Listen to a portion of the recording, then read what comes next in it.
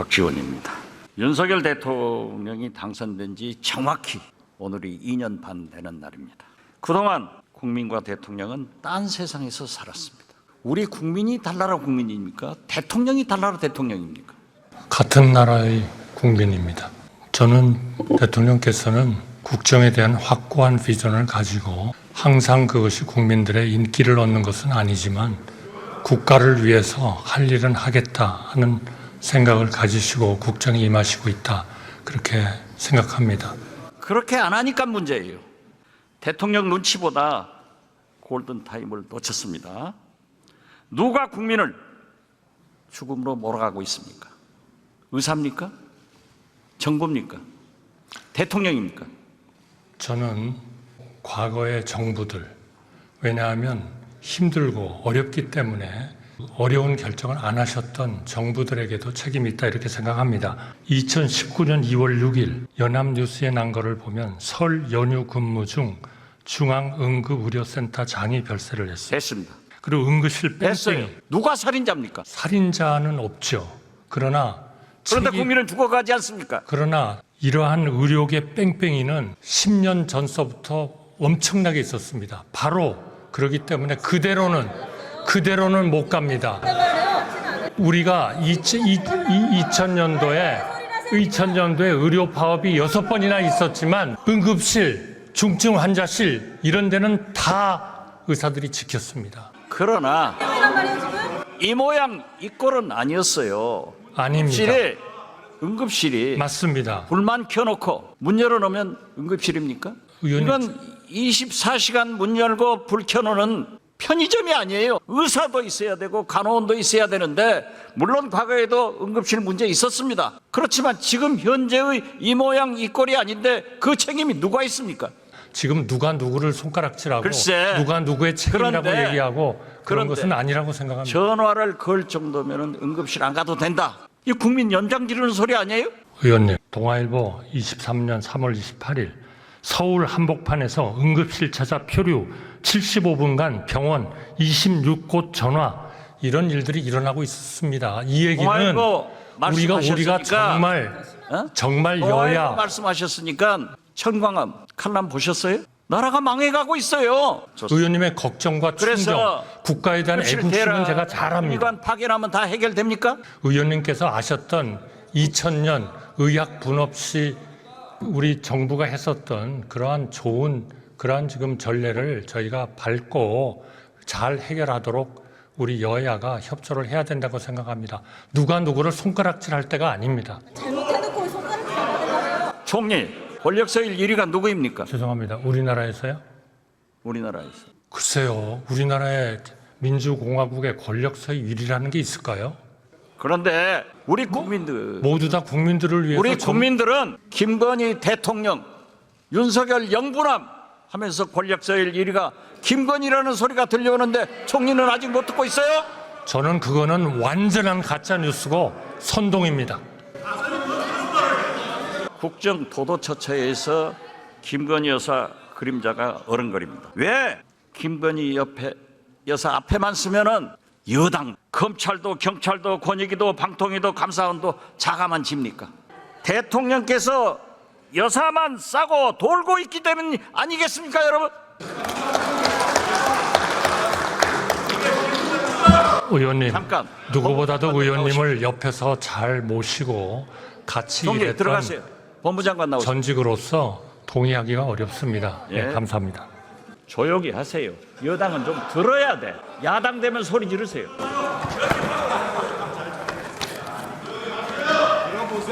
우리가 잘 아는 사이 아니에요? 너무나 잘하는 거죠. 사모님도 잘 알죠? 물론이죠. 예. 정말 돌아가셔서 정말 안타깝게 생각합니다. 한 총리 사모님이 디올백 300만 원짜리 가지면 받으실 거예요? 제가 아는 사모님은 안 받아요. 그런 가정을 전제로 해서는 답변하는 건 좋습니다. 적절치 않을 것 같습니다. 장인이 사위가 놀고 있으니까 생활비 줬어요. 사위가 취직하니까 월급 받으니까 생활비 안 줬는데 이거 뇌물입니까? 이렇게 하면은 디올백 300만 원짜리도 최재형 목사가 안 사줬으면은 윤석열 대통령이 사주니까, 그럼 윤석열 대통령도 뇌물죄로 조사해야 되는 것 아니에요?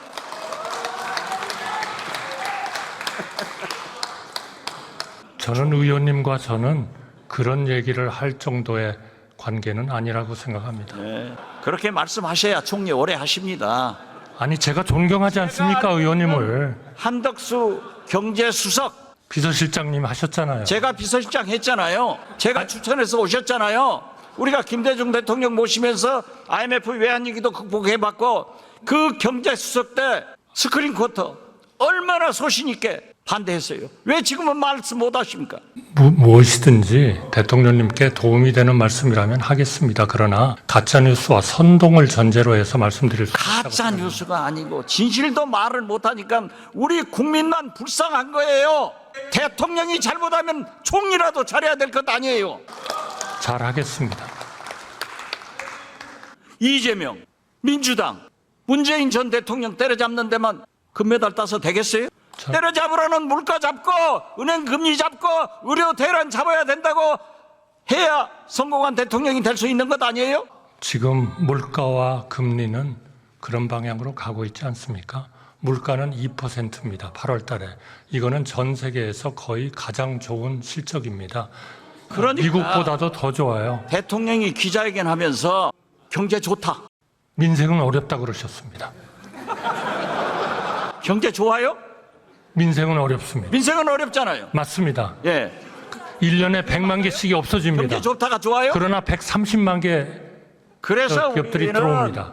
네. 지난 2년 반간 국민과 대통령이 딴 나라에서 산 거예요. 같은 우리 데 있습니다. 국민이 달나라 국민도 아니고 윤석열 대통령도 달나라 대통령이 아니라고 하면은 정신 차려야 된다 이거예요. 정신은 항상 차리겠습니다. 자, 10만 4천 원 카드 썼다고 기소했다가 하면은 300만 원 디올백 받았으면은 기소해야 되는 것 아니에요? 의원님께서 말씀을 안 하시는데요. 아니 왜 저 여기 앉아 계신 분들이 답변을 하라 말라 하시죠?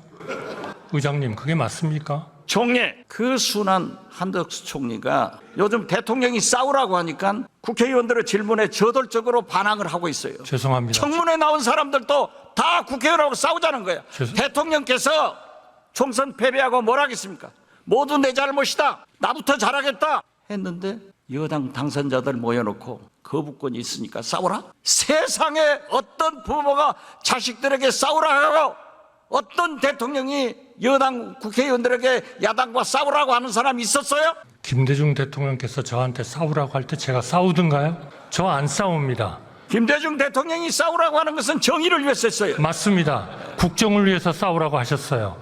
그런데 하도 가짜뉴스와 선동이 판을 치니까 그 순한 한덕수 총리가 그렇게 변했기 때문에 대통령실과 내각과 국회가 충돌하고 있는 거예요. 제발 옛날의 한덕수로 돌아가세요. 의원님 저 안 그것이 변했습니다. 나라를 살리는 길이에요. 저 의원님 존경하고요. 의원님하고 말레이시아에 가서 외환위기 극복하기 위해서 노력했던 거 지금도 생생하게 기억하고 있습니다. 제가 왜 변합니까? 왜 변해야 됩니까? 좋은 한덕수였는데 지금은 나쁜 한덕수예요. 그거는 제가 부족하기 때문에 그렇습니다. 죄송합니다.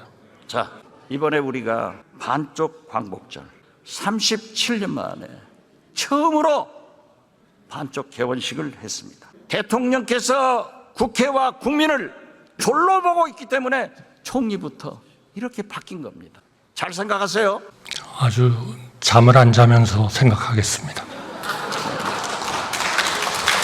왜냐하면 저는 누구보다도 우리 의원님을 존경하기 때문입니다. 않고 개원식 날 대통령이 미국 국회의원들하고 김건희 여사 생일 파티? 이게 말이 됩니까? 그런데 이 정신 나간 대통령실에서는 왜 하필이면 이런 사진을 공개해가지고 국민 염장을 지르냐 이거예요.